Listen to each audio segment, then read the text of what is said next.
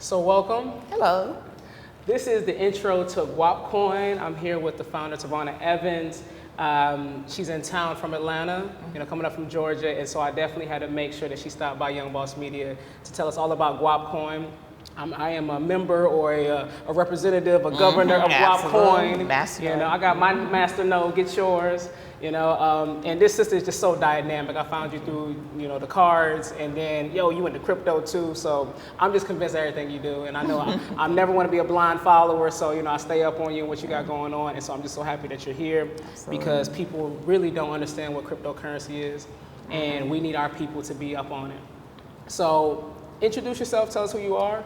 Well, my name is Tavonia Evans. I've been a technology person. I say technology because everything, software engineer, marketing, developing, creative, done it all, left brain, right brain for over 20 years. Technology is to me, a thing that is linked. So everything, it's all technology to me. People they talk about different technical fields, they're different technical fields, but not to me. Everything is technology. Everything is a computer, So that's how I find myself into different things in regards to technology. So this is, Guap Coin is my second startup. I founded a company called Safe to Meet, which we were billing as the world's first peer-to-peer verification platform. To verify someone's safe if you're going out to meet them on Craigslist or you're going on a date or whatever, and you want to, most people, it's like a spur of the moment thing. They want to go do a background check on somebody. Plus, you want to be like, hey, let me do a background check on you. So, Safe to Meet is a real cool way to create that safety link between two people. So, created that. We have a patent on that, and I went through the whole startup experience with Safe to Meet, learned a lot, definitely learned a lot about what I didn't want, and made my first set of mistakes with that company, especially in terms of business and business setup. So left Safe to Meet, formed Guap Coin, which while I was in Safe to Meet, I was already getting into blockchain, and I was like, we should integrate blockchain to Safe to Meet. But my team there, much older than me and much more, not as where I am, So they weren't getting the whole blockchain thing then. Plus it was way at the beginning in the frenzy. So started Guap Coin, and I was like, wow, there's so many dynamic reasons why we should have this. First of all, we should have our own currency. I talked about it yesterday, how people of color, I pinpointed what, some of the conditions that we suffer from. And one of them is we have no financial identity. So if you're talking about financial identities, you're saying Asians, they can come here, they can make American money, and they can send it back to any country in Asia. Africans, they can come here, make American money, send it back to whatever country in Africa you send it. African Americans, no financial identity. So being that there's no financial identity, there's no, there's no real urge to invest in your legacy or in your community, or, it's where's my money going? My money's going into the clear blue sky. Let me just go spend it, throw it up in the air. And so now we have the condition in our communities in which we don't invest in our communities and our communities die. So I was like, what a way to solve the problem of not having a financial identity, but other than creating a financial identity. So, and this is something that can be replicated amongst other underbanked, disadvantaged, underprivileged peoples as well, who also may not have financial identity. But I know, at least as a black girl, African American, blah, blah, blah, I know at this base, I don't have a financial identity. So that is a major part of creating Guap Coin, and that's giving myself, my kids in the neighborhood, kids growing up, other people, giving them a financial identity that can help raise and repair their value system. Because our value system is damaged because we don't have a financial identity. Can you explain what is cryptocurrency? Yes. Well, cryptocurrency is digital money. A lot of terms are thrown around at the same time, so people get confused depending on which level of the tech spectrum you are. If you're on geek or you're on non-geek. So even if you're not on geek, you're hearing the word blockchain. Blockchain is the underlying technology behind cryptocurrency. But cryptocurrency is just a small form of that. Not all blockchains have to have a cryptocurrency. Now, cryptocurrency, we're talking about a new financial system. And what's so exciting about cryptocurrency, because for the most part, most of them are decentralized. So it's decentralization that's very exciting, because now I'm able to transact with people freely like commerce is supposed to be. These are digital coins, digital tokens, or whatever that are not tied to the government, not tied to the instability of the world and everything's going on around, but in digital currency that I can take all over the world. I can transact with anybody all over the world, and there's not a middleman that is dictating that passage of money between me and someone else. And I have the custodial rights if I just want to hold my money, you know. So, of course, it's very anti-bank. You know, it's not, centralized bank.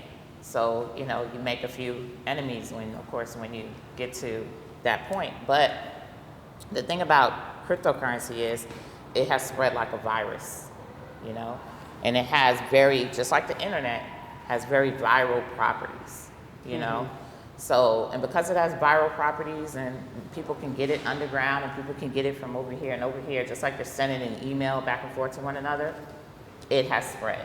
So now, and that obviously there's a reason it is like that, because once it gets to spread, there's no, okay, I'm gonna stop this and shut it down unless you want to shut off the internet. That's not happening. Can you give an example of that? What do you mean? An example of the viral properties. Well, the viral properties is, if I take 20 of my friends and we have a token, and I want to send it to them and they want to send it to somebody else and it just spreads and the network effect, then it's going to go viral. Like Bitcoin has gone viral, essentially. It's a cryptocurrency that's gone viral and it's brought other cryptocurrencies along with it, of course, the creation of what we call altcoins with it.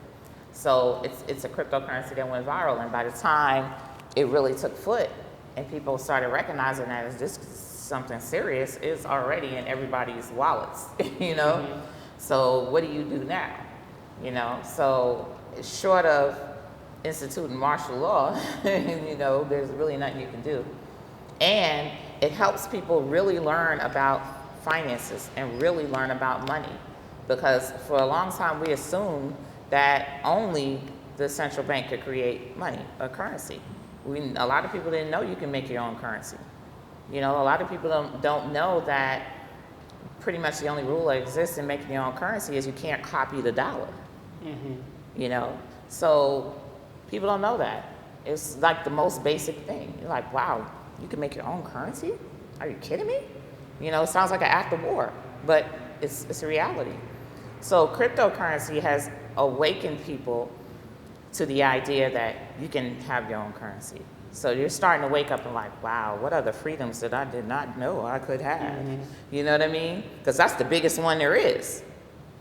So this is changing our whole paradigm, especially this is educating us about money, forcing us to learn about money in a way that most of us didn't care to learn because we didn't want to get into stocks and bonds and mutual funds and all that other stuff. What gives the coin value? Few things. If you're talking about Bitcoin, you have a mix of scarcity. Okay. You have the network effect, of course, and which is Bitcoin scarcity, and there's also properties that I like to talk about what actually make something qualify as a currency or money. So, you're talking about fungibility, right? Fungibility is I have a Bitcoin, they have a Bitcoin overseas. Our Bitcoins have to be equal to one another, mm-hmm. Equal in value. I can't have a Bitcoin and I go overseas and I try to pay for something, but my Bitcoin is not worth their Bitcoin, and it's not going to work. So you have fungibility. You have portability, and a lot of people bring up gold. Gold is not portable, And you also have security. Gold is not secure. Why is gold not secure? Because nobody's walking around with testers on the market when somebody brings some gold to see if this is real gold, or how many ounces or carats or whatever, you know, whatever's contained in it. So in terms of cryptocurrency, it's secure. It uses cryptographic technology, you know, and it's built on a wide network. So it's one of the most secure currencies there are. So there are a lot of things that lend to the fact that cryptocurrency is the way to go, you know, in terms of the future anyway, or present. You had given an example of Cardi B. What if Cardi B had a coin? Can you go through that? Right. I explained to the STEM students that I talked to about value and building value. I said, well, Cardi B, everybody loves Cardi B. Cardi B decides she's having a concert, but she also created this coin called Cardi Coin. That's all she's going to take for that concert. You want to buy her tickets to get to that concert, you got to use Cardi to pay for it, right? So what is everybody going to do? They're going to go looking for Cardi, right? So you got this person over here that's selling Cardi, and this person over here is selling Cardi. This person has a whole lot of Cardi. This person has a little bit of Cardi. This person with a lot of Cardi is selling Cardi for $1. This person with a little bit of Cardi is selling Cardi for $10, $20. So this seesaw back and forth in value, of course, is adding to the overall average of what Cardi is going to be worth. But we all know that it's going to be worth a lot because everybody wants to go to her conference. So, I mean, her concert. So it's really about the network effect. I don't care what anybody says. It's about what they believe, their values, and the network effect, which is something that I believe that the general population has the biggest control over. They just don't know it yet. They're exercising this kind of thing with the internet. You know, I got 1 million followers. I got so-and-so. They're monetizing their followers. They're getting very savvy about their power and their personal power. So now you bring money into the equation, you bring cryptocurrency in the equation, you're gonna start a whole huge mess that, again, nobody can stop. Because why? It's viral. So what you gonna do? You know, shut off the internet? No. So next question. So say Cardi does something crazy and nobody likes it. They don't like her anymore. Then the value of her coin is gonna go down. Like a stock. Yeah, like, you know, similar. Right, it's gonna go down. Okay. So what's stopping people from, you know, making their own coin? Nothing. What's the process?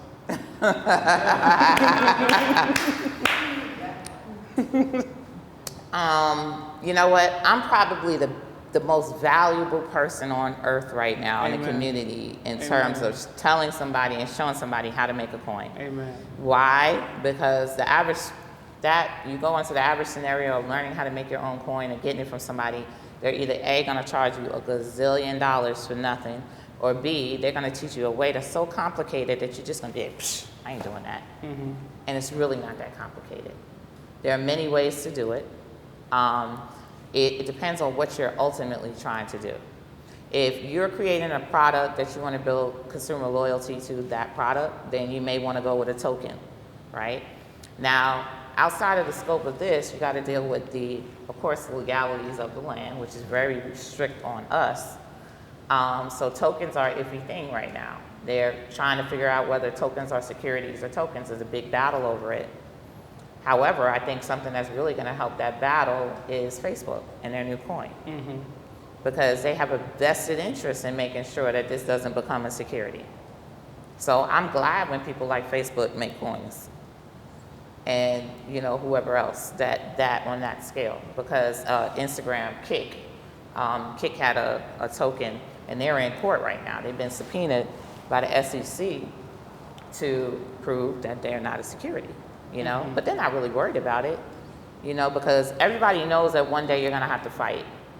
It's just up until this point, people were making so much money, they was like, well, I'm gonna take my money and run. Okay, you don't want me to continue anymore? Fine, we made our money. But there are people who actually wanna continue forward with this. Now they're like, well, we're prepared to fight. We know we'll win this game. So, you know, that's where we are right now. But in terms of it, you can build a token that's based off of another platform already existing. You can do Ethereum, you can do Tron, you can do, you can go on, they can go on List, but you can go on EOS, not EOS. You can go on Waves. You can go on, I was thinking about another one, but I forgot. There's so many of them. But there's a lot of platforms. That's the easiest way, to go on a platform and already build a token based off of a platform that's already done. But if you're trying to build a decentralized coin, then you're gonna wanna build a coin, right? So what you're doing is what every other altcoin has done, include Ethereum, Litecoin, everyone, they forked off of Bitcoin. So you're gonna wanna fork off of Bitcoin to create your coin, and maybe not Bitcoin. Because everything is forked off of Bitcoin, they're all open source. What do you mean forked? Meaning all altcoins come from Bitcoin. Most of the altcoins come from Bitcoin. Okay. And Bitcoin was created as open source, meaning that it is not commercially, developed. Anybody can take that code and improve upon it, create something totally new. So that's how you get all of these altcoins. And because of that, when you create something that's open source, or for open source, then someone can come behind you and fork your coin. Somebody can fork your blockchain, So that's the more technical part of it, which is really not the hardest part. The more difficult part, of course, has been for me is the planning of the whole financial structure. This is finance, you're getting into economy. Right. So I spent months just actually dealing with the economy part of it, which was something I didn't foresee. I'm not even gonna lie to you. I didn't foresee having to do that much research. The move I see that with you, and keeping the shut. I didn't foresee having to know about inflation, which of course I studied in school, but I mean, gosh, I'm like 40 now, I don't remember any of that. But I didn't know having to look into inflation, having to look into, just various economical things. Because these people are gonna be using this money forever, you hope. So you don't want to get to a point where, you don't want to think down the line that something might, but then I realized everybody who created these coins was not thinking that far down the line. And you can't possibly think that far down the line, So I pulled back, and I've made 3 iterations. The first iteration, of course, was just an Ethereum token I built on the platform. And I was like, I knew that wasn't going to be the final, but I didn't have a lot of money. And I thought that building my own blockchain was going to be way bigger a task than I knew it was. So then I came to the point where I'm going to have to build a blockchain because the SEC and everybody else is basically deeming every token built off Ethereum as security. And even though this is not written in stone, I didn't want to have to deal with it. You know what I mean? So I knew that the solution was to build my own blockchain. So we're going to stop right there. This is going to be on TV. So we're going to take a break. For more, go to youngboss.tv. I am never going back. I'm about to run out.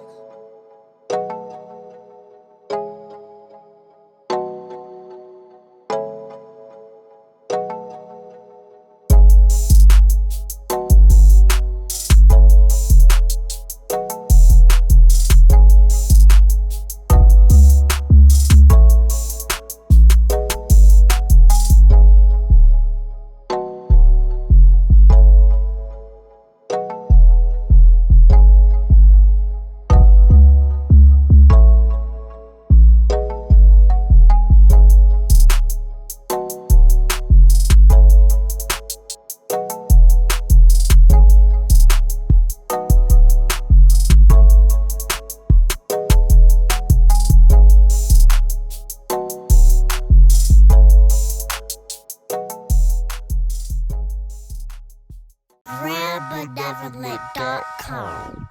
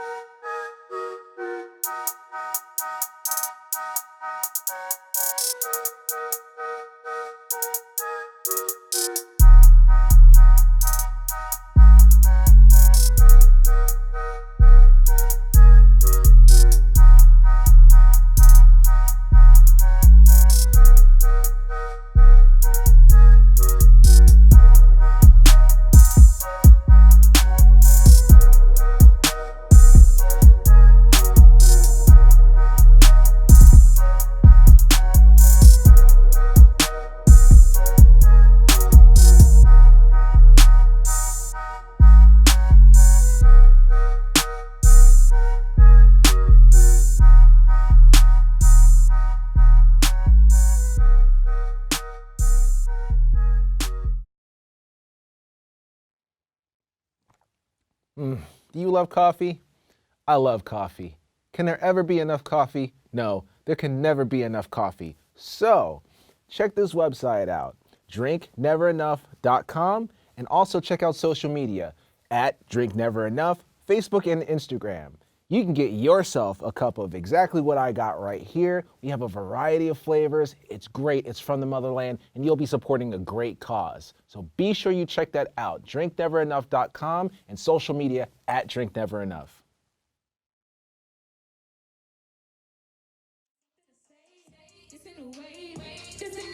It's in the wave. It's a new wave. Huh. It's a new wave.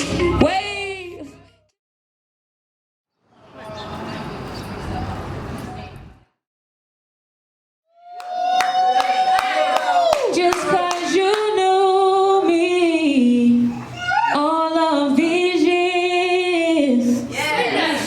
Don't give you the right to judge me. I know what I want to be.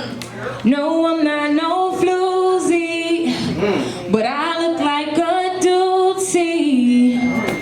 All of this time I handled on my own. I had to be strong, even though my nephew gone. So we're back with Tavonia Evans of Guap Coin. You were explaining to us the process of creating our own cryptocurrency because we want to be in the business. We want to, help our community. So I want you to continue from there. And if you want to create your own cryptocurrency, honestly, you're gonna have to go pull you a little geek from somewhere. Okay.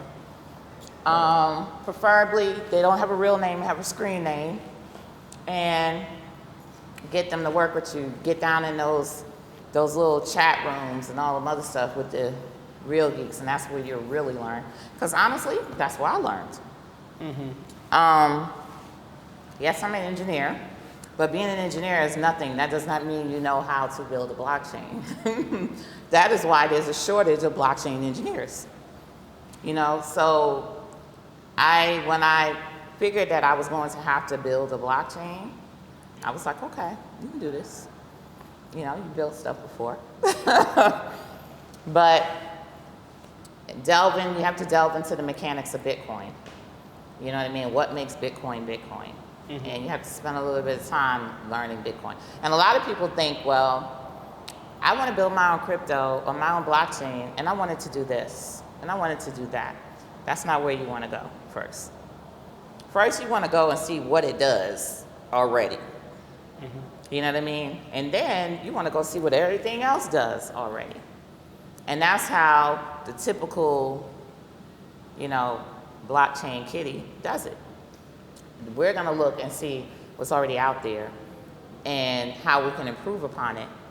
We're not going to try to rebuild the wheel. And that's what most people do when they're like, I want to create my own coin, I want to create my own blockchain, I want to create my software. They don't know anything about what's already out there, the technology that's out there.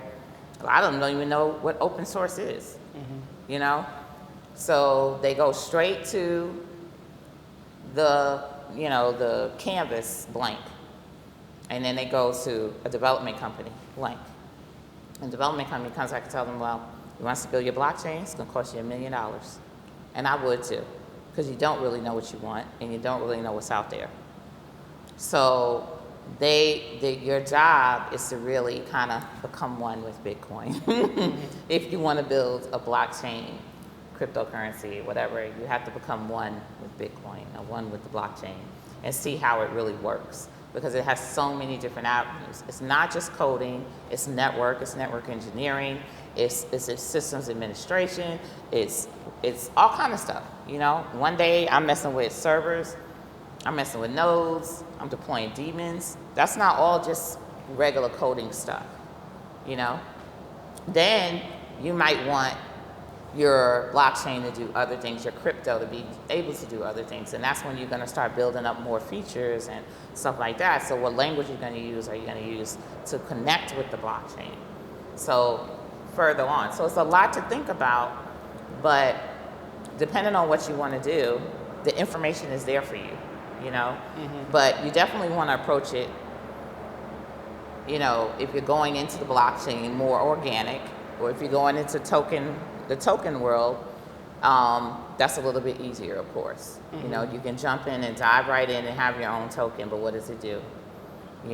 What do you want it to do? Because you just dive right in and get a token, you got a token in what? Right. So there's a lot of different things that are incurred in this whole process. And of course, having a blockchain and a crypto, I have become and had to learn so many different other things. Become, like I said, an economist. I had to become a researcher. I had to become a scientist. I had to become, all of these different things and spend time. But of course, I'm a problem solver, so I like that. And I really come from a tech background, so I really, really like that. But, I had decided a while ago that this was going to take time, and that was another important part of it. A lot of people don't have time. They think that they're going to create something, they want to do it in 3 months. I wanted to ask you that. When did you start Guap? Well, I started in 2017, and that's when I built the Ethereum token. And then when I decided I was going to do the blockchain itself, that was probably in the beginning of 2018. So the first blockchain took me about 5 months, and I didn't think it was going to take that long, but it was like I just fell into it, And then recently, I was like, you know what? I don't want to do proof of work, because originally I didn't want to do proof of work. I wanted to do proof of stake. It's almost like a male-female thing, like proof of work, and I'll get into what that is, which involves mining and using up a hell of a lot of electricity and resources, and what produces electricity, and coal, and this and that. So now you're dirty in the earth, and nobody cares, right? You're making money. So I was never with that. When I originally heard it, it just didn't even feel right in my soul to create that type of unsustainable environment. So the next thing I was like, okay, I'm gonna go to proof of stake. We're gonna have to do proof of stake. And another thing, there's a big battle, and proof of stake does not involve mining, does not involve you having to set up specialized equipment to mine, solve cryptographic puzzles to create new blocks and new coins and all that. It doesn't do that. But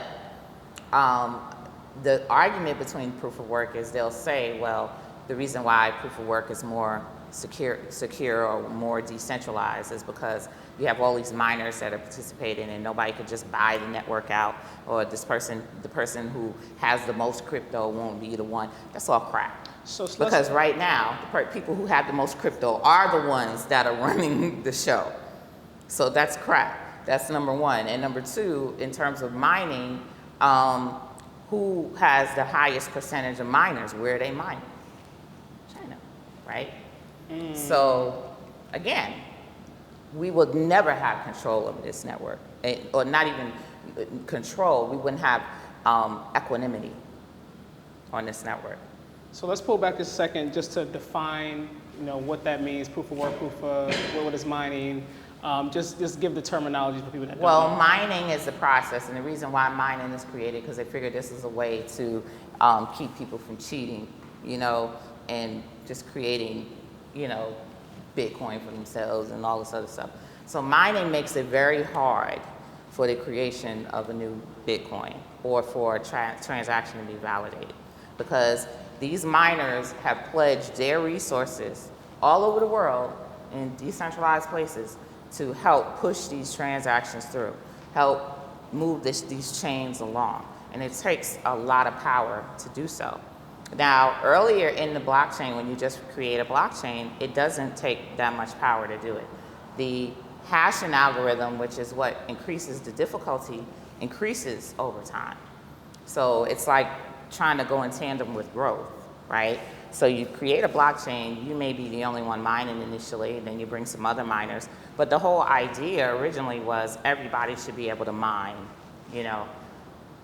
Enter in the Chinese that created these super miners called ant miners that start eating up the difficulty extra fast. So now we got miners that are the ones that are being able to get the bulk, create the crypto, not just your average computer. Right. It was supposed to be a system that was equitable in which everybody who had computers could mine cryptocurrency. Can't do that. So now China is a monster, Right. mining So monster. now, not just China, China and other people who have these big mining operations that are mining lots of, crypto. So it's literally like gold rush. I got a little pick. Yeah. And then the Right. company comes Somebody out comes and they in got a drill. and you Got was it. picking. So you're like, it. it's no longer profitable for you to sit there and pick Got it. because they're drilling. So that's mining in a nutshell. So as you can see, it could become a system that could be not equitable very quickly again, which is what Bitcoin was trying to move away from. It's trying to provide an alternative to our current financial system that gives some equitableness to everybody, So that to me is not sustainable. So even if you turn around and say, well, we'll create some mining operations and we'll have solar power, right? But how many average citizens can set up that kind of thing? That's again going to be a corporate entity that's going to come in, set up solar power mining, and then they're going to still get all the money and all of the crypto, right? So it's still a repeat of the same current financial system that this was created to give you an alternative to. Still the beast. Still the beast. So So how do you handle that? Like, what are people talking about, like, as a solution? you handle it by coming in and creating your own. Got it. Because, if you have your own community, you don't have to subscribe to that. You have the free will and choice to support something that supports your community and will give you a more equability and a better chance of prospering than feeding the beast. Let me ask you this. So, say there's a baby boomer out there that says, I don't care about mining. I don't want to build no cryptocurrency.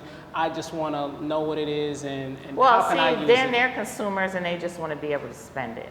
Correct. And thankfully, because of the bigger guys, spending it is becoming a lot more easier. And but they're not still thinking of grandma in our community who's 96 years old, because she's not going to go in an exchange and all this other stuff. That has to be us in our community to come up with the solutions that fit our community and prioritize our community and say, yes, this is going to work, this is not going to work. It's not a one glove fits all type thing. You know what I mean? So there has to be thinkers that come up with solutions of how the system can be implemented in our community and give access to everyone, including grandma. That's awesome. How have you seen it being implemented with the new cannabis movement? Because I know you got your crypto group for cannabis. Talk about that. Yeah. Definitely, I see cannabis as a potential driving growth behind the market. Because if you go and you look at really what drove Bitcoin to epic levels, it was drugs. Pure and simple. The black who market. suffered from the same thing the cannabis market suffers from. Being able to transact and get through boundaries. And even further, a bit further, and maybe anonymously, because maybe you don't want nobody to know. Because if I'm buying something that's legal, then why should anybody have to know what I'm buying and whatever. So in my mind, I'm looking at it like, okay, so that was a driving growth behind it. And of course, I have a spiritual angle to things. So I associate things spiritually. So I'm looking at this like, well, this was a driving growth to my granddaddy, which is Bitcoin, to the granddaddy, and what different industries can be a driving growth in industry to this. Because, the big thing is, another discussion that people have is how do you, what is it backed by? You don't have to back it by anything. I tell them Bitcoin's not backed by anything. It's backed by electricity. There you go. Backed by computer power. Right. There you go. So, but adding value, okay, you can add value. You can, bring in markets that are currently struggling with their, with fiat, which the marijuana industry is, because the banking system has not yet voted on whether or not, they want to, insure it. You know what I mean? So even if you find a bank that may take it, they may take it from you. They could take your funds from you, So that industry is up in the air in terms of how do we solve that problem. So I think that crypto, of course, and Guap coin could potentially solve that problem. So. Thank you. Can you explain the exchanges? Like, how do you get crypto? Currently, it depends on who you are. I mean, you can get crypto through apps now. The easiest way to get crypto nowadays is Square Cash, because you can get Bitcoin in less than 2 seconds, and then you can go to other places and buy other coins. Now, originally, the most easiest place to get it from, or back in the days, was Coinbase. But Coinbase was pressured to essentially turn into a bank, which they probably didn't consider pressure because, hey, they're gonna make money when they turn into a bank anyway, right? But enter in the market, when you're dealing with the markets, this is again where you bring the government back into how we're transacting, because the governments have a right to dictate certain amount of money in terms of how much is traded and et cetera. So they have something called AML and KYC. AML is anti-money laundering, which refers to the global anti-money laundering environment. So essentially, because of the quote-unquote terrorist past of the day, they now can say, well, terrorists move money, and this is a way that they can move money anonymously. So we want to keep track on who's moving money through crypto because terrorists do it. Right. So the whole terrorism thing has definitely put a whole huge damper on it, because we know the average people are not terrorists moving money on a thing, right? And terrorists move fiat money through banks. Like, you know what I mean? So, but you have the AML, and AML is when you sign up for a bank and they got to do a background check and all that. They have the AML requirements. And so with Coinbase took off so fast that they now had to implement AML KYC requirements, and they had to meet those requirement levels during intervals. So they're like going live and they're taking off.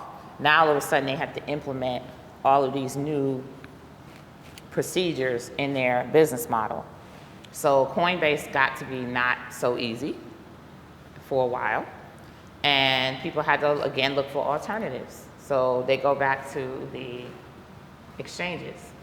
And an exchange is a global marketplace, or a marketplace for crypto, fiat, because they have fiat money exchanges. They have Forex exchanges, foreign currencies. So an exchange is essentially a place where you can go and you can exchange your various cryptos for other cryptos. So there are quite a few out now, and they're all now conspiring to not accept U.S. citizens as what's the name? However, I see a little plan going here, because now we have Gemini, right? So Gemini, which is an American-based exchange now, is in talks with Facebook's new currency, Libra, and it's so like what they call strange bedfellows, because Winklevoss twins were the very people that Zuckerberg stole Facebook from, and they had a whole big case over it, but now they're coming together with crypto and exchange, right? So they're poised to be an exchange that you can legitimately exchange through your currency, but still be cut from the rest of the world. So why does the rest of the world want to cut us? Because we're not worth it. Meaning that these other exchanges, they can run ICOs, which are initial coin offerings. They can launch new coins and raise a ton of money, but they can't run their ICOs across American borders. So why is that? Because of our ambiguous laws. Okay. So because of our ambiguous laws, and nobody knows if an ICO is a security or not a security, most people in the rest of the world, they're like, well, hey, we don't get the most of our money from America anyway, so let's just block their IP addresses. Right. So we're cut off from being able to benefit from the ICO environment, which the rich people here are just gonna go overseas anyway and participate in. So again, we're still cut below everything you wanna do. So when I see people and they go out and they're pushing other cryptocurrencies like Bitcoin, like exchanges and stuff like that, EOS or whatever, they don't understand that these other systems do not truly benefit us at this point. They don't. We're still lending our energy and our, body of people to someone else to benefit. Got it. So tell us more about Guap Coin. Why are you excited about Guap Coin? Well, I'm excited because so many reasons, but it definitely gives us an opportunity to show our worth and value, because I feel that we are the influencers of the planet. And if you were to add money to our influence, you can imagine the power that we would wind up having, you know, astronomically. So that's what I'm excited about seeing. I'm excited about seeing our power quantified in front of us so that we know actually how powerful we are, rather than throwing our money away and viewing money and finances as a loss, viewing investment as a loss. Right. So that's what I'm excited about. Tell us about, I know there's a coming marketplace and you're doing something as well for artists in the music industry, right? Yeah, we want to do, blockchain is very good for legacies. And when I go around and I speak and I meet various people, that's another concern, of course, in our culture is our legacy and our, their digital assets and assets in general. So we're now building more digital assets and more data. We need to be able to own that, and take ownership of that. So there are a lot of people now, there's an ownership war, a data war on that, So blockchain gives us an opportunity to do that. Just like, other blockchains, they're using blockchains for data, we have our own blockchain for data as well. And it doesn't matter what kind of data is data. It could be music, it could be, creative, stuff and art, whatever it is, it's data. And we can own it. And we can store it on the blockchain, store that ownership on the blockchain. So there's no disputing on where this came from and who owns it. Awesome. How can people get Guap right now?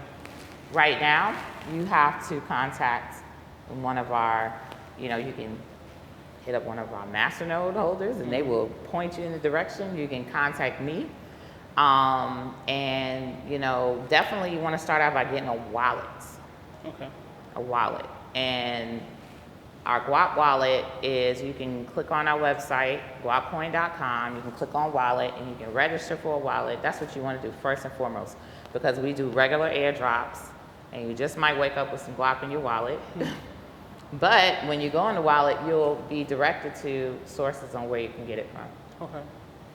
Talk about becoming a masternode.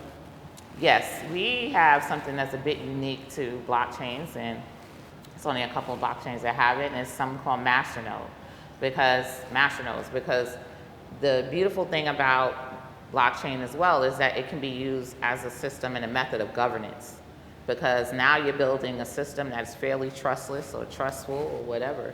Like, you can see things transparently, So now you can do things like vote, and you can vote on initiatives, you can vote on where money is going. But with our blockchain, when we vote, the blockchain itself will create the funds to cover an initiative. So let's say somebody needs funds to expand their business. So they can come to the website, which we'll be launching for the businesses. They can come, they can submit their request, a proposal, and the community can come together and vote in terms of, and this is the masternode community at first. The masternode community will come together and vote to determine whether or not they will get those funds. So when they get the funds, other cool thing is the blockchain will produce it. It's not going to come from anybody's wallet. It's not going to come from any of us. It's going to come straight from the blockchain. So that's the cool thing about it. And our masternodes are the ones that they're Guap governors, and they will be voting. Later on down the line, we're going to allow for user voting, but they're still not going to be able to vote on the level of masternodes. Masternode governors will always have the ultimate say in terms of that. We're also building a foundation. And the foundation is hopefully a conglomeration of people who are in different industries in our community who can come and who can come up with solutions that would be presented to the masternodes in terms of where the direction of the blockchain will go. Because we want to be truly a decentralized platform.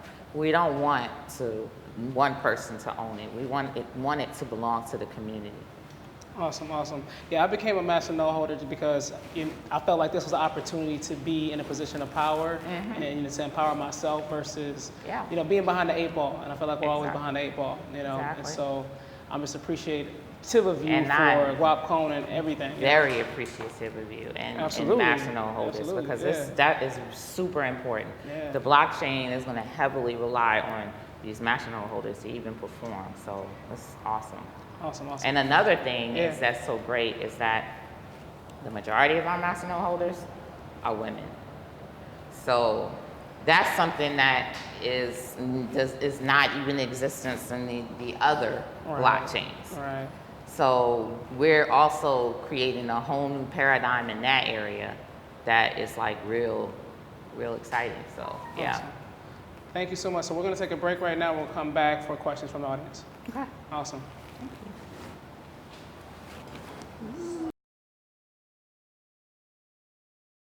Put it behind the cannabis plant.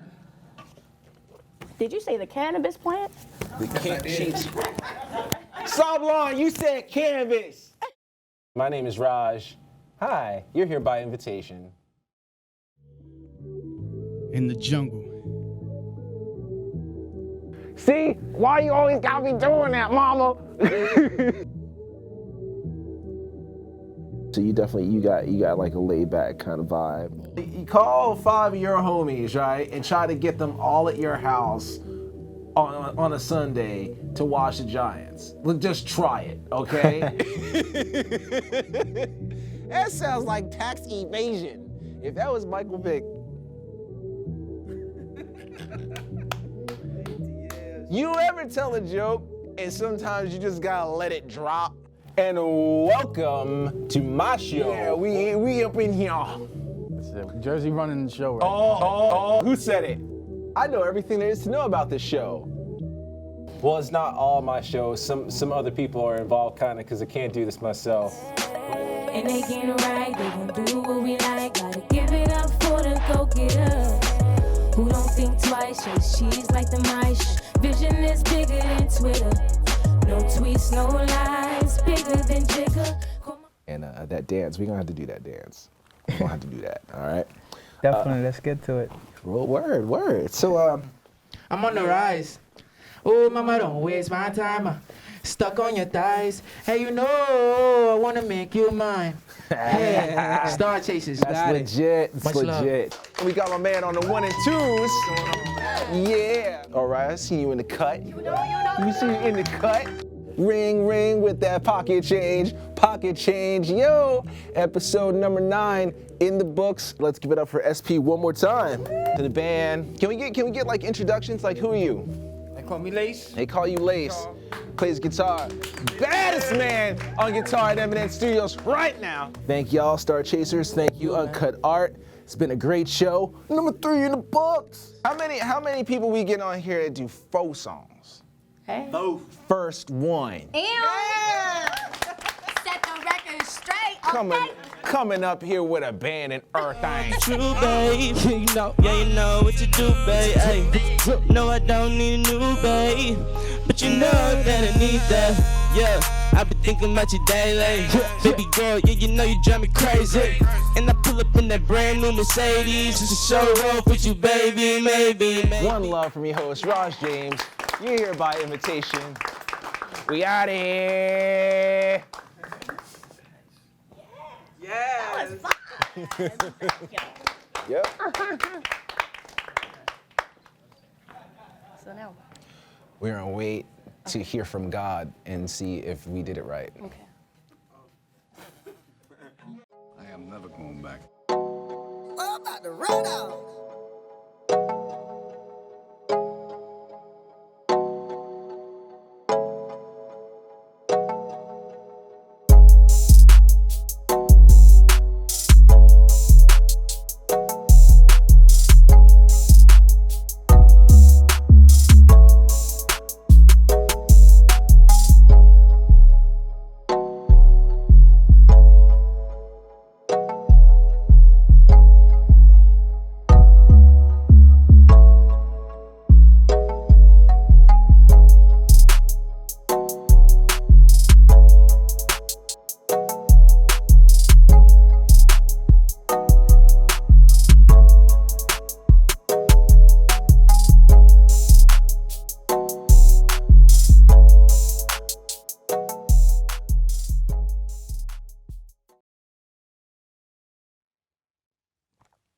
Do you love coffee? I love coffee. Can there ever be enough coffee? No, there can never be enough coffee. So, check this website out, drinkneverenough.com, and also check out social media at drinkneverenough, Facebook and Instagram. You can get yourself a cup of exactly what I got right here. We have a variety of flavors. It's great. It's from the motherland, and you'll be supporting a great cause. So be sure you check that out, drinkneverenough.com, and social media at drinkneverenough. All right, so we are back as Q&A from the audience. I know a lot of people have questions about Guap Coin. This is the best person to speak to. Who would like to go first? And about cryptocurrency, if you have a question, I guess, so, yeah. Awesome. How did you come up with this idea? Like, how did it come to mind? What were you doing at that time? Well, probably listening to hip hop. Probably. I definitely was thinking of doing this cryptocurrency, and I probably was having a discussion with my more hip hop persons, and was like, hey, you know, this is Guap, you know, because I wanted a way in which people would know that this was money, you know, because people don't know cryptocurrency is money. And to me, the most important thing they need to know that is that it's money. Digital money? Yes, digital money. So a lot of people around the way in the hood, especially where I'm from, know Guap is money. And if they don't, if they say the word Guap, their grandson, granddaughter, somebody around, kid, oh, I know what Guap is. Guap is money. So there you go. Thus Guap was born. That's awesome. So I have recently seen a lot of Bitcoin ATMs and gas stations in neighborhoods that you wouldn't think you would see Bitcoin.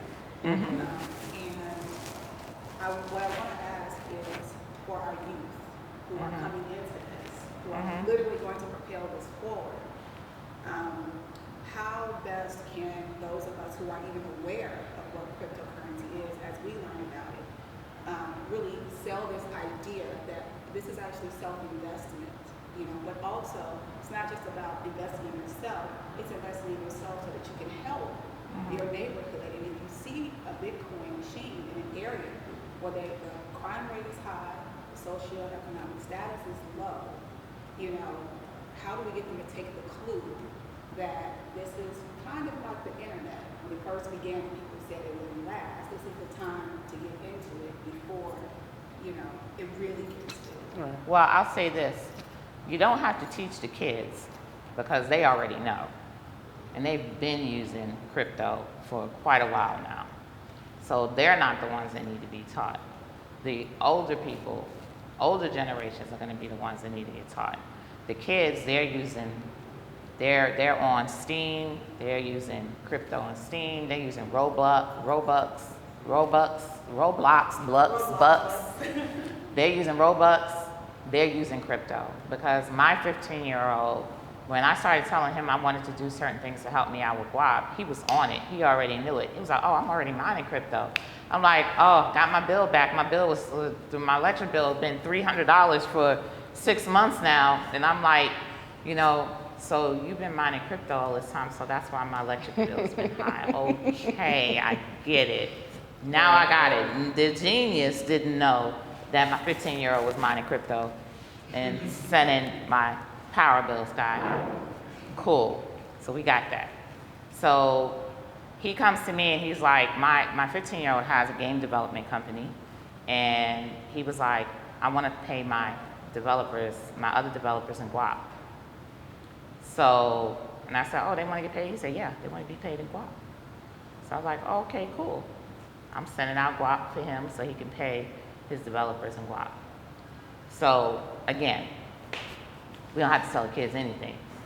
They're with it. Now, we do have to educate them a little bit more because we want them to get out of the poverty side of crypto. And the Bitcoin ATMs are definitely the poverty side of crypto. Because number one, they're like the neighborhood check cashing. And they're taxing people for crypto. I remember one time I had to pay a developer. I needed some Bitcoin super fast and a lot of it. So I was like, I know I'm gonna regret this. Went down to the Bitcoin ATM and I was paying for Bitcoin, I was getting 75 cents on the dollar for Bitcoin. Wow. So they're taxing. Yeah. But understand that Bitcoin ATMs have been around for quite a while. They just haven't been everywhere. Because the guys on the street, they were using the Bitcoin ATMs. They're putting their money that they're making, hustling, doing various things in Bitcoin for quite a while. So it's not a new thing on the streets. So the Bitcoin ATMs have been there. Now people are buying more of them, of course, not in every gas station. You ain't got to go across town to go to it, but you know, but at any rate, they're taxing people. So they're like the check cashing, you know. So you don't want people to be paying into that and getting continuously taxed because they're not really benefiting. Because especially if you're doing it with your hard-earned money and you really think that you're gonna make some, you know, money. You done lost money already when you done bought all that Bitcoin in the machine and they done took a quarter of it away from you. So, and there's easier ways to get it. So you want to legitimize yourself a little bit and find some more, you know, better sources of getting crypto, and stay away from them type of people. But it's going to be easier. It's going to get easier. Give it 6 months to a year. It's going to, if Gemini does what it wants to do, it's going to be a lot easier. Libra, Facebook does what it wants to do, it's going to be a lot easier. They're teaming up.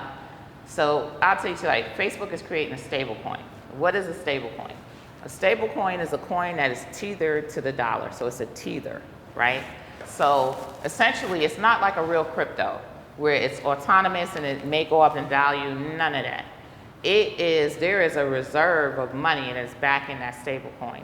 So it is like a real dollar for all intents and purposes, right? So Facebook is teaming up with MasterCard, Visa, or whoever, and somebody else. So if they team up with MasterCard, what does that mean? That means that you can now buy Facebook coin with MasterCard, right? Right. Which most cryptos you can't buy with credit cards. Very few and very little, right? So if you can buy a stable coin from Facebook, you'll now be able to take that stable coin and send it to an exchange and trade it for any other cryptocurrency. So it's going to make it easier for normal people to be able to get crypto through Facebook. And I can almost guarantee that they're going to add some built-in exchange features right in the app. Right. That'll be the next level. So they might integrate something called Shapeshift, which takes one crypto and automatically shapes it into another crypto, which is just an exchange, but it just takes out all of the difficulty in exchange. So they'll either integrate that or they'll integrate Changely, one of the two. And you'll be able to buy Facebook's coin, whatever it is, and get another type of coin from within Facebook. Guarantee that's coming, because that's another revenue model for them. So that's why they can message you. Right. Yeah, right. Right. Or maybe they're going to be partnered with Gemini. So maybe they'll integrate Gemini right into Facebook. Right. Right. Exactly. Yeah. Exactly. Yeah, it's a lot of so one of the things I see is it's going to make it easier, number one, for the general population to be able to trade crypto. And they have the money to go up in front of the court when they get called in and say, we are not a security, you know, and fight. They have the money to do it. All it takes is money. So, you know, what you're kind of seeing is a fight of the young guard versus the old guard. They're still the same guard. But they're tired of the old guard being so greedy. And they don't want the old guard to take their money. Like, you ain't taking my money. So they got their little fight going on. So, you know, now, in certain ways, it makes it easier for me as Guap Coin, because I'm targeting a market that no one supposedly wants to target. Who cares about them? They ain't worth nothing. They don't do nothing. They don't impact our economy and all that. You know what Gucci and Prada and everybody else said about us already, right? But I'm like, okay, let's prove it. Let's put our money where our mouth is. So we put our money where our mouth is, it's a problem. Because you all of a sudden gonna see who's buying Gucci and Prada and everything else. And you can't deny it. because this is transparent and you can't deny it. It's not necessarily that I'm making Guap coin just to stay in the community. If Walmart decides they want to start taking Guap coin, that's great, because you still got Guap coin's data saying this is how much people came in and spent Guap coin. You know what I mean? So if you decide that you don't want to do anything for this community that you're in, you can see where your money's coming from. Can you, I know you do a lot of transparency, but can you explain that a little more? Every transaction you make, period, is anybody can see. Yes, yes. Now they do have pseudo-anonymous.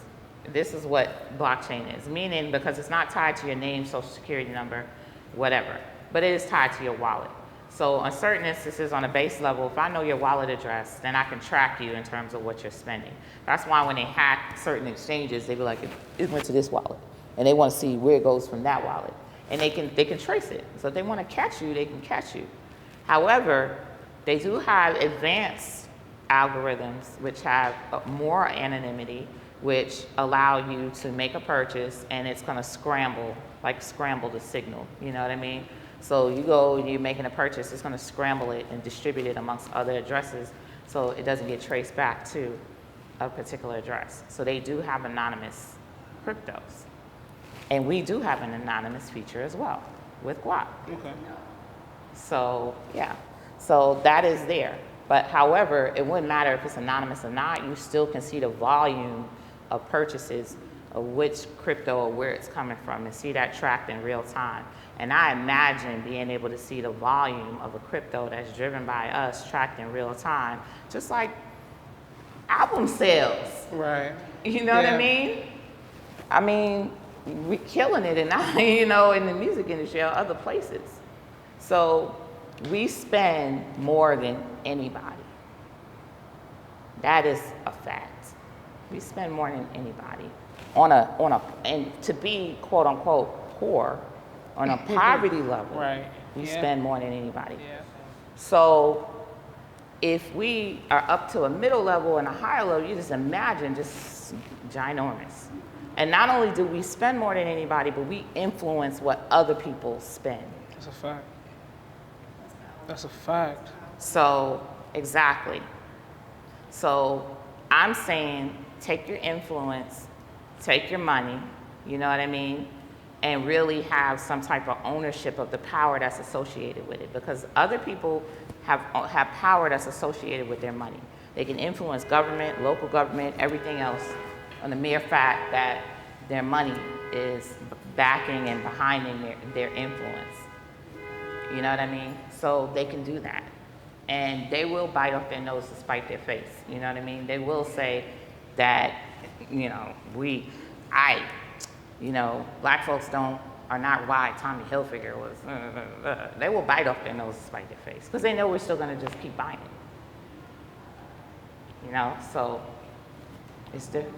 As a solopreneur or mompreneur, or people who are becoming socialpreneurs, how can we, especially as small black-owned women businesses, get into accepting and trading Guap for services? That's right. What we're in the middle of right now is we're in the middle of closing a deal with a company that will allow us to do that easily. Awesome. Will allow us to have point-of-sale devices, have the cards, of course, the debit cards. NFC cards are nothing. You have your card loaded, you go in. This person has a point-of-sale device that's the size of a smartphone, and they can make the transactions. Now, you can also make the transactions with your phone, but again, the phone to me is a lot more volatile. You know what I mean? You got to charge your phone. You're going to do this, you got to do that. But to have some people like to have a dedicated machine. That's why we still have cash registers, So they have these machines and you have the card, and I'm a heavy supporter of the card because this is a low energy device that is not going to go dead on you, that can hold your assets too, and you can be able to tap and make purchases. Like for grandma, because that's what they're used to. They're used to cards, you know what I mean? Spending with your phone it's complicated for me, and I'm a geek, you know what I mean? So sometimes I'm going up, okay, near field communication, I'm gonna take my phone over here, I'm gonna pay for my phone, I try it. You know what I mean? But if you're like me, my phone dies like every hour. You know what I mean? So if I want to make a purchase, I got to make sure my phone is charged up all the time. And until they start making batteries a little longer, which they're not because they make a lot of money off of that. So it takes a lot of Yeah. electricity. Right. Yeah. So it Got it. still takes you being connected to some degree, you know. And this is a lesser amount of connectivity, you know, that you can have that will be able to transfer the data back and forth to the machines. When could we expect to see that? Hopefully by the close of the summer. Amen. All right. Yeah. Questions? First, I want to say I really like the idea behind you naming it Guap, because people like attach the word money to Guap, Mm-hmm. like the hood. Mm-hmm. So that was smart. And then Thank you. going from that, Yeah. I really like that. Thank you. Thank you. Question for you is, in 5 years, where do you see Guap? Woo! Every time I think, you know, I know it's gonna be big. You know why? Because my chest gets like, you know. And somebody says in the future we see it, it's like I just like swell. So I'm like, oh wow, it's gonna be amazing. So yeah, but it's gonna evolve. You know, it could evolve into other coins, coin economies, all of that. Change is a part of it. You know. Definitely going to see it Thank you. like go far. It's really good and smart, and Thank you. it's a different niche. You know, not everyone really is into doing that. So by you doing that, it already sets you apart. And I feel like if you just keep doing what you're doing, promoting it, Thank you. and still having that purpose to help the hood, you know, it's gonna go really far. And my best wishes. Thank you. Thank you. Thank you. That's the stuff that keeps me going all the time. It's very mystical, this what I do, and people don't understand the whole spiritual side of it. I mean, sometimes I'll have like hours where I'm behind the computer, I'm fixing nose, this is broke, I'm pulling my hair out, I'm screaming at the kids, and then I gotta go somewhere and talk about it. And I go, and then somebody just comes out the blue, don't give up. Like, just shows up like this mystical, magical person, don't give up. And this, so those types of things, that keeps me going, because yeah, it's people don't understand. It is easy to create a coin, but then on some instances it's not. You know, because it's really the support after that becomes more difficult, because anything can go wrong, you know, and then you got to be there to fix it. And you don't know if it's going to take you a day or 30 days to fix that problem, you know what I mean? And you don't know if it's going to take you $1 or $30,000 to fix that problem. So those are the things that you face on a day-to-day basis having a crypto. I think that maybe is the nature of it, because it's still really new. Yes. You know, in terms of Yes. currency Yes. being used, Yes. is finding the ways. Like I like the mining Yes. term, because you're solving puzzles, Yes. and you're trying to figure out how to get to the next step. Yeah. It's almost like Minesweep. I know nobody Yeah. knows how to play Right. Minesweep. Yeah. That's true. But it was our first introduction to games, you know, on a Yeah. computer, and now look at where that's Yeah. gone. Look Now at where it's we have gone. Video games where if you walk past too fast, you think it's real. Yeah. You know. So, Yeah. Yeah, and I got my VR. I got my VR in my bag at home. Yes, I'm a VR geek. I got my Oculus Quest, and I try to spend as much time as possible on it. But yeah, I'm a true geek. Y'all just don't know. Seriously. My kids say like, oh my God, Ma, you're really a geek. So like, you know, everybody that comes in and sees me playing VR, like, you're really a geek. Like, yeah, but I'm very excited about the future, which is now, you know, and very excited about the opportunity of what we're able and capable of doing. Because we're perfectly capable of doing this, and I see it happening. So I don't even have a problem with that. That part, that vision is already there. I see it happening. It's the day-to-day little quirks. Yeah, I definitely would say, like, if you can send me, like, all the information you have about this, I definitely want to spread it to people I know. Okay. Because if That's I know right. it needs to be exposed to people I know, and it could really change their life. This is my social media manager right here. You know what I mean? She gonna get it out. Wow. Yeah, go ahead. This ain't church. Come on now. So you mentioned spirituality, and we know that our community, you know, have a semblance of spirituality. We also have differences, and I say sex, but tying in the community with spirituality and money can be. Money is a great unifier. Exactly, and so because you mentioned spirituality, because of what you do as a cardiologist, and an astrologer, and our modern day Nostradamus at this point. That's a fact. Thank you. Right, you can go back on her post and she'll say this is going to happen. That's a whole nother, yeah, straight up. That's a whole nother conversation. In the cardiology part, could you maybe tell us something that we can look for in our lifespan? Oh, okay. Well, if you are into cardology, of course, when you're looking for crypto, you're looking for the Jack of Spades or Ten of Clubs, which is Guap's card. Okay, that's my So card. Bitcoin is a Jack of Spades, Guap is a Ten of Clubs. They're karma to one another. Now I didn't create it. They're supporter. They're karma cards. So it's regardless of whether they're challenged and supportive, they're like twins. They're like, you know, freaking frat. So I look to Bitcoin for ideas about what I'm doing with Guap because it's brother and, you know, sister to it. So, and Guap coin is what was I going to say? I was going to say something else. But I look to Bitcoin for what to do with Guap, and I didn't choose the card for Guap. It chose me. So I didn't choose the natal chart. It chose the natal chart as off the chain. I've had it analyzed by others because I didn't believe it myself. So I had other people look at it like, slid. Somebody else didn't even really care about crypto belief. Like, oh, the next thing you know, they telling like all the people like, so it's something. And I always knew like it was something and something great, but I'm very humble. You know, that's what people say, and I'm using their words. You're too humble. You just don't believe. Like, you know, I tell you it's great, and you're like, oh, thank you. But that's really how I am. You know, so the greatness, I'll let that sit out there right now, and I'll just keep on doing my work. You know, because that helps me to just being able to focus on the little things, to not be so out there in the stratosphere. You know, because. Oh, in terms of how you would do in crypto, you would look to the law of attraction. And for the fact that you're sitting next to a future billionaire definitely tells you a lot about where you're going. We good. Yeah, exactly. That's what I tell everybody. That's the clear indicator. Amen.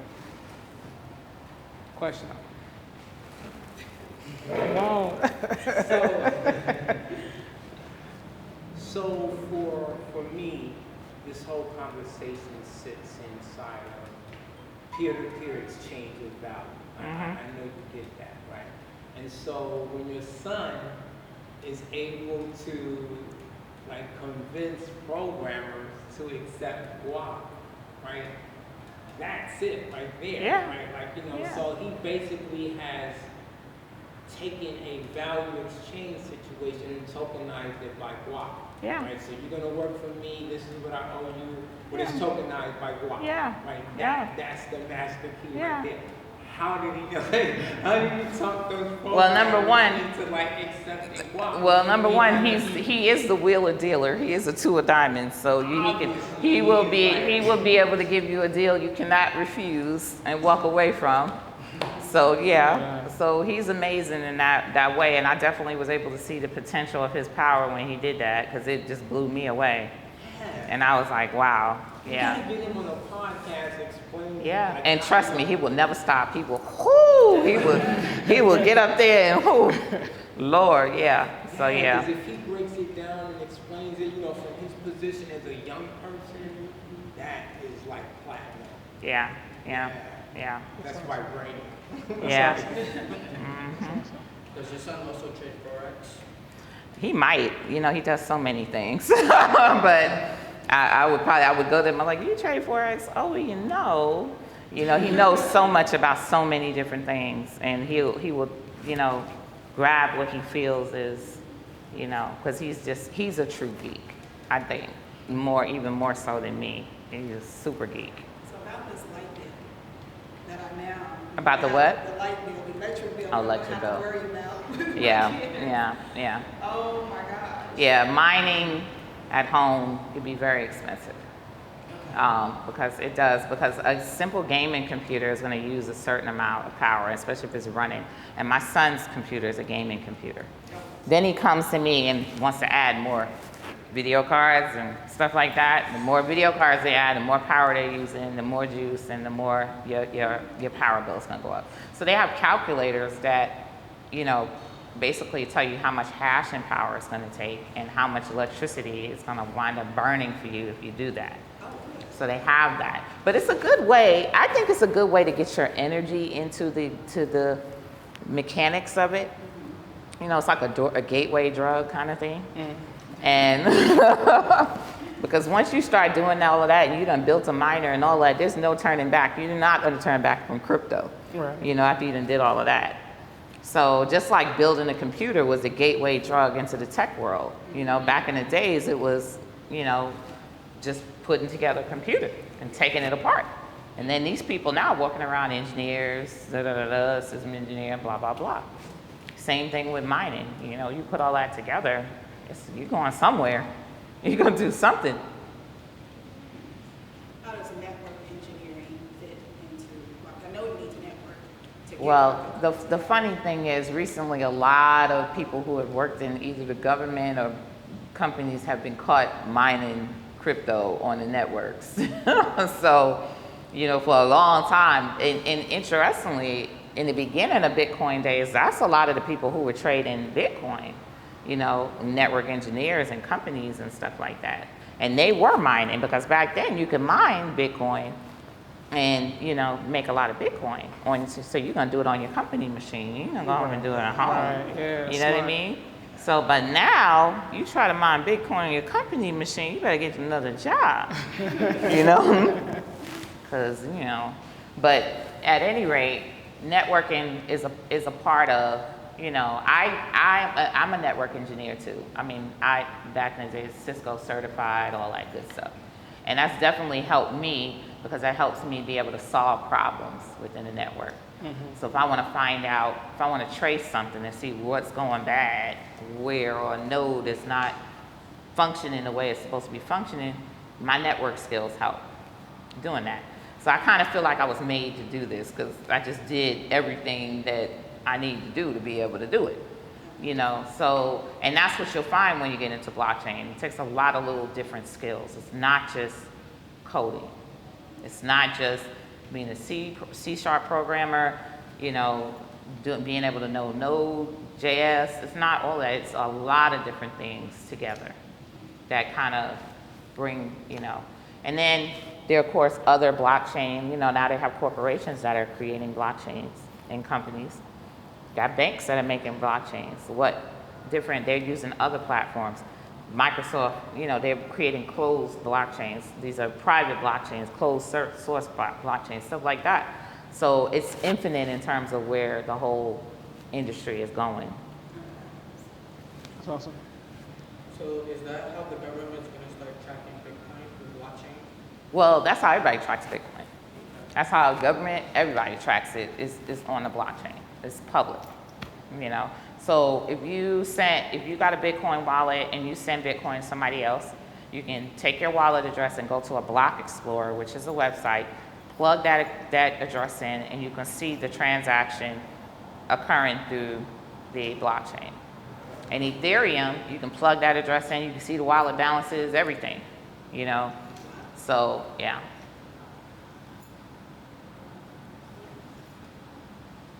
Questions? So has crypto been going in 2008? Yes. So when did it start actually? Well, the whole concept of blockchain has been a while. It's been around.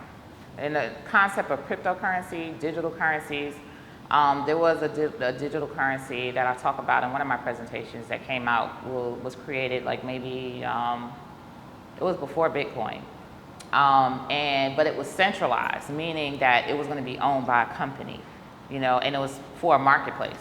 But it was way ahead of its time. It wasn't ready, you know, thing. So it died, but the technology was later adopted by PayPal.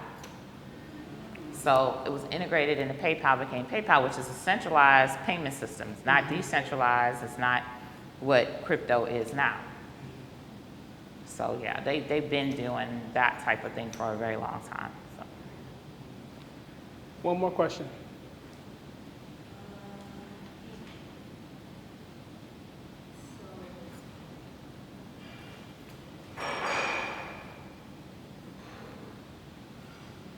It's probably the most important conversation ever, y'all know. I just feel like it is. Like, I feel like somebody's gonna look back on this conversation like 5 years from now and be like, wow. That's right. That's right. Everybody in this room. Everybody in this room. We all sit next to each other. This is a circle. Yeah. It's not outside of the sphere. Yeah. Yeah. You all can say, you know what, let me put some time into Because we're going to start seeing trillionaires. Yeah. Exactly. Yeah. Exactly. Really quickly, my son is 3 diamonds. And today's a 3 of Diamonds Day.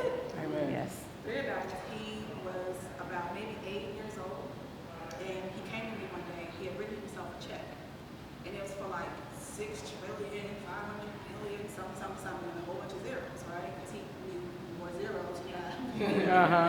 And he came to me and said, "Mom, when I grow up, I want to be a millionaire."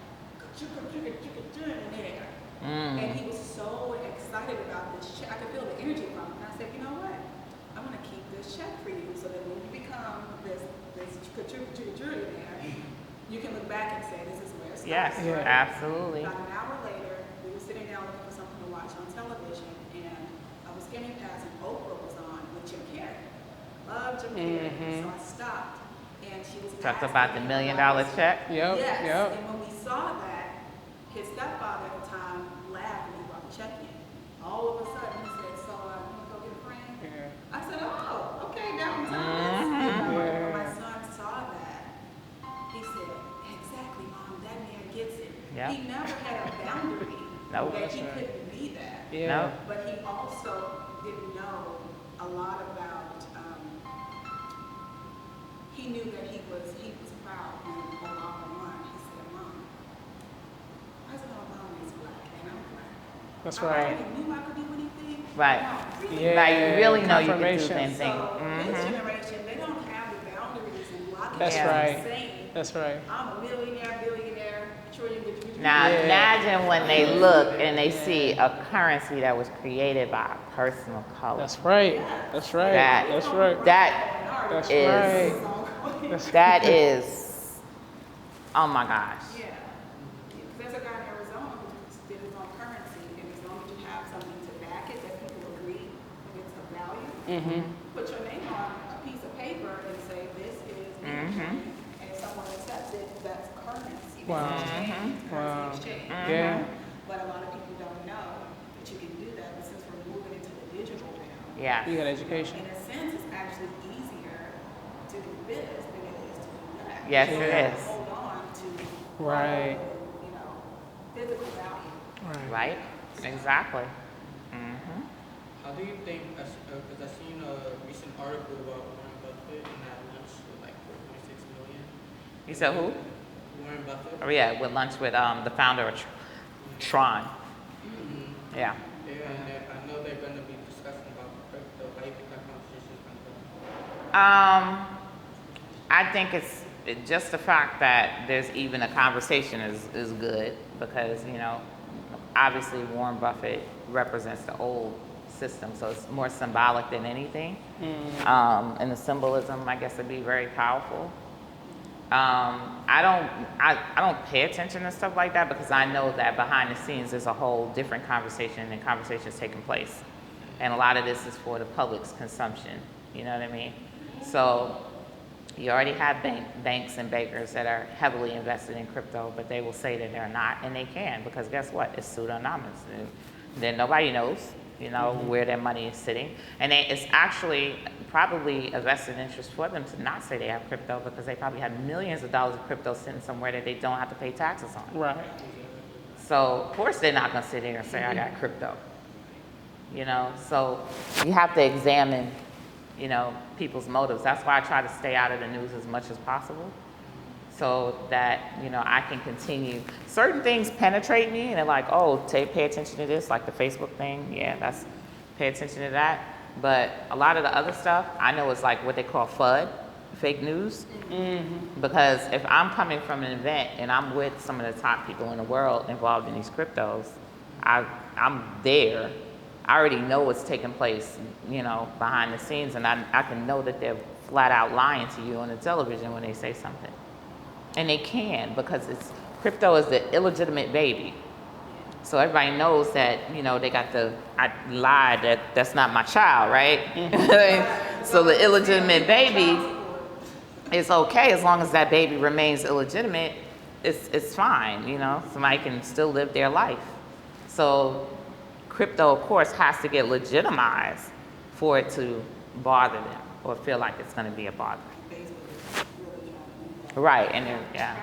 Because you mentioned earlier how other nations can pretty much just block the IPs here. Yes. Is it, especially in the next few years, is it smart to try, like I know some people will literally go and get a dual citizenship if they can, specifically to be able to take advantage of. And they are offering, and they are offering it, digital citizenship amongst many countries.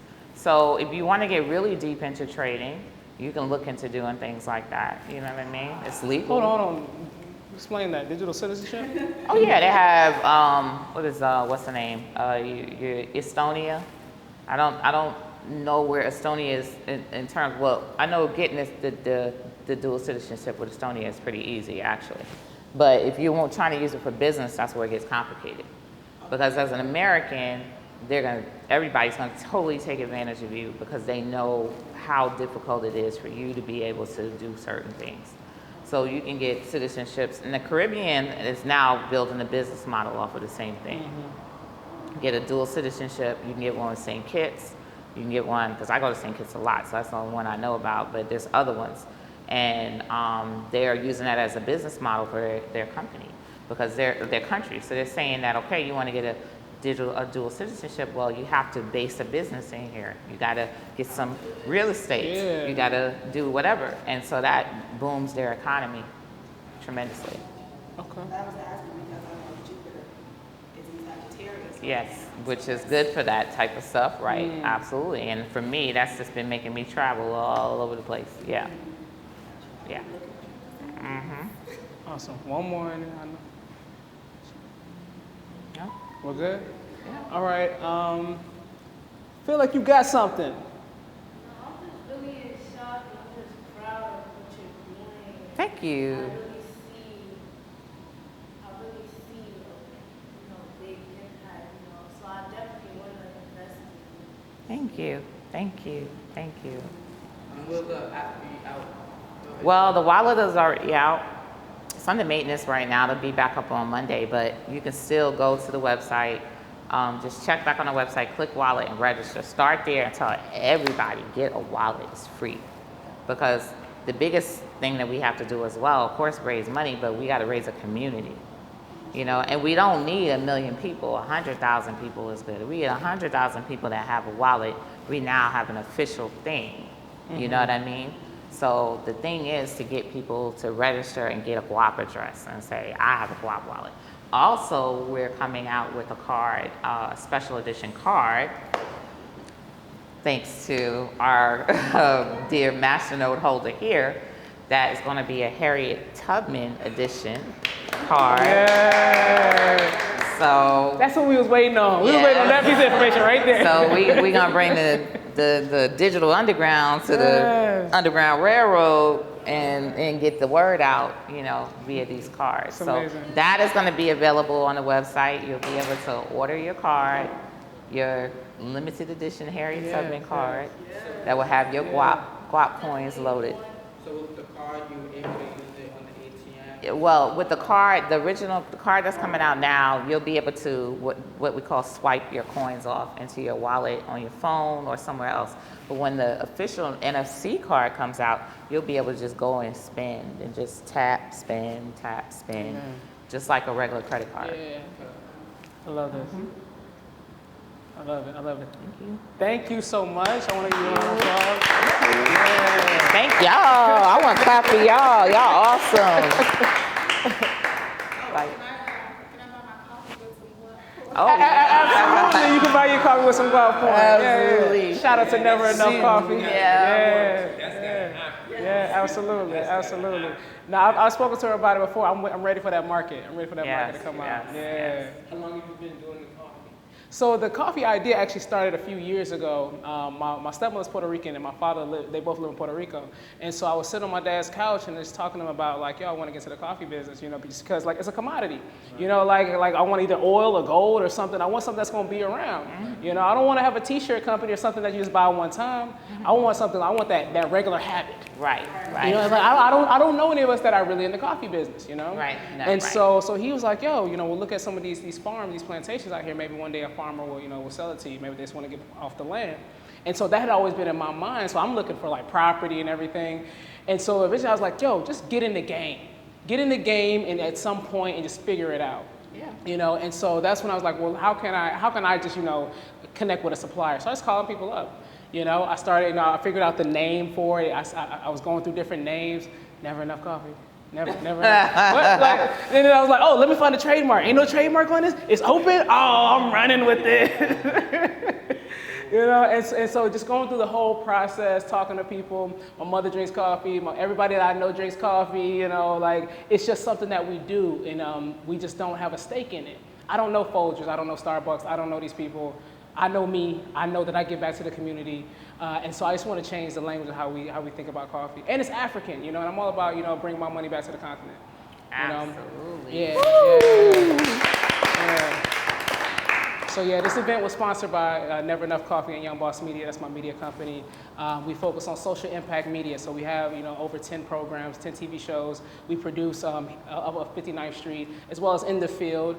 We're working to get all of our content on Amazon Prime so we can monetize it. Definitely want to talk to you about a media platform that we can, you know, use with Guap Coin and all that.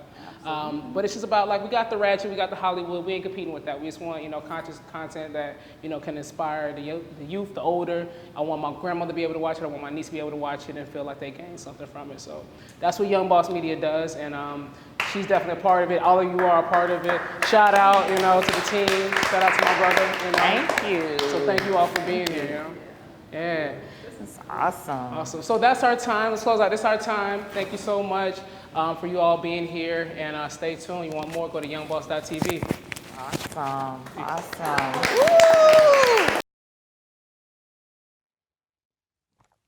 Do you love coffee? I love coffee.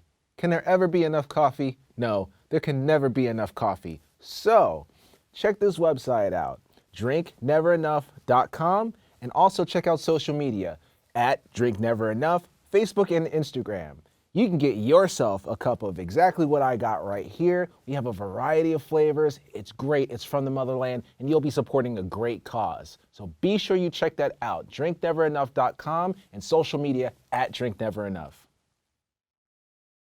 I am never going back. I'm about to run out.